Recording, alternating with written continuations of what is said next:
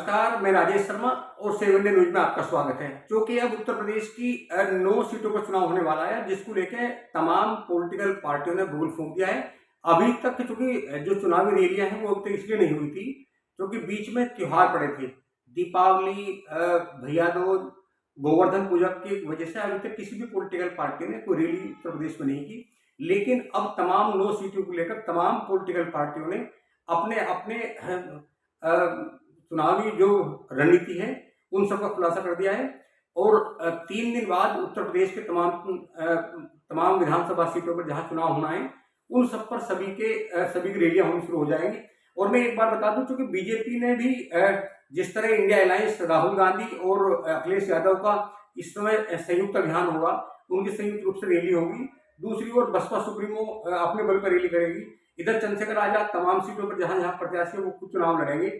यहाँ बीजेपी ने रणनीति बना ली है, मंत्रियों की बड़ी फौज मैदान में उतारने का मन बना लिया है।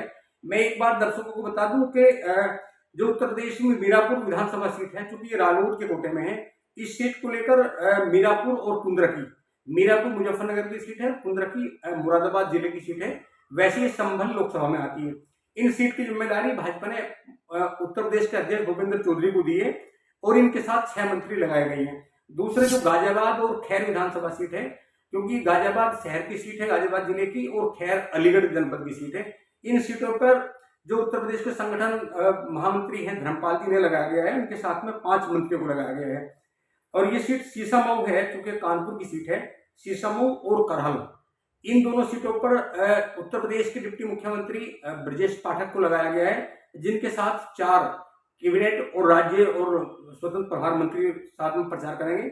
इसके अलावा मंझवा और फूलपुर, क्योंकि मंझवा मिर्जापुर जिले की सीट है और फूलपुर सीट, इन सीटों को लेकर यहाँ डिप्टी मुख्यमंत्री केशव प्रसाद मौर्य को लगाया गया है और इनके साथ भी कैबिनेट और राज्य मंत्री 6 मंत्री को साथ में लगाया गया है।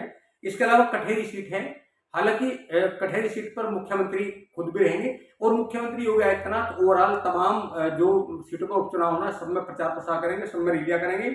और रैली करने के बाद में लगातार एक दौर शुरू होगा कि जो रूट मार्च जो मार्च है उसमें पैदल मार्च भी होगा और पैदल मार्च भी होगा, चुनाव रैलियां होंगी। इसमें बड़े बड़े दिग्गज, क्योंकि सबसे बड़ी इस समय सरकार उत्तर प्रदेश में बीजेपी की है और बीजेपी ने शाम दाम दंड के साथ में किसी भी तरह तमाम 2 सीटों को जीतने का मन बनाया है। हालांकि दूसरी अगर हम 2024 के लोकसभा चुनाव की बात करें तो इन सीटों पर लोकसभा चुनाव में जो इंडिया अलायंस है, जो सपा कांग्रेस का, उसकी भी मजबूत टक्कर थी और उत्तर प्रदेश में सबसे बड़ी पार्टी के रूप में समाजवादी पार्टी उभरी है। इसलिए उधर समाजवादी पार्टी के उत्साह के जो कार्यकर्ता हैं उनमें भी बड़ा उत्साह है।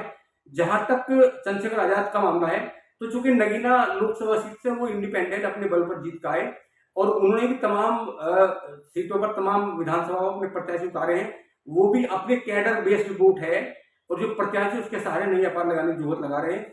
जहां तक बसपा सुप्रीमो मामला है, तो बसपा सुप्रीमो अपने बल पर चुनाव लड़ेगी, क्योंकि राहुल गांधी ने अखिलेश यादव के साथ में एक साथ 5 नवंबर के बाद में उत्तर प्रदेश में संयुक्त रैली करने की हामी भर दी है। तो इसीलिए राहुल गांधी और अखिलेश यादव एक साथ होंगे। तो अब देखना यह है, क्योंकि 13 नवंबर का चुनाव है, चुनाव में कौन बाजी मारेगा, कौन पीछे रहेगा, कौन 1 नंबर का होगा, कौन 2 नंबर का होगा, तो मतदान के बाद पता चलेगा। लेकिन अब उत्तर प्रदेश में चुनाव ठीक 2024 के लोकसभा चुनाव की तर्ज पर शुरू हो गया है। तो आप लगातार देखते रहिए 7 इंडिया न्यूज, हम आपको लगातार अपडेट देंगे। प्लीज आपसे रिक्वेस्ट है, आप चैनल पे अपने कमेंट भी लिखिए। हमें पता है कि आपके कमेंट बहुत अच्छे होते हैं, सकारात्मक होते हैं। जो आप कमेंट लिखेंगे उस पर भी वीडियो बनाएंगे, उस पर काम करेंगे। प्लीज आपसे रिक्वेस्ट है और एक बार वीडियो को शेयर करिए। नमस्कार।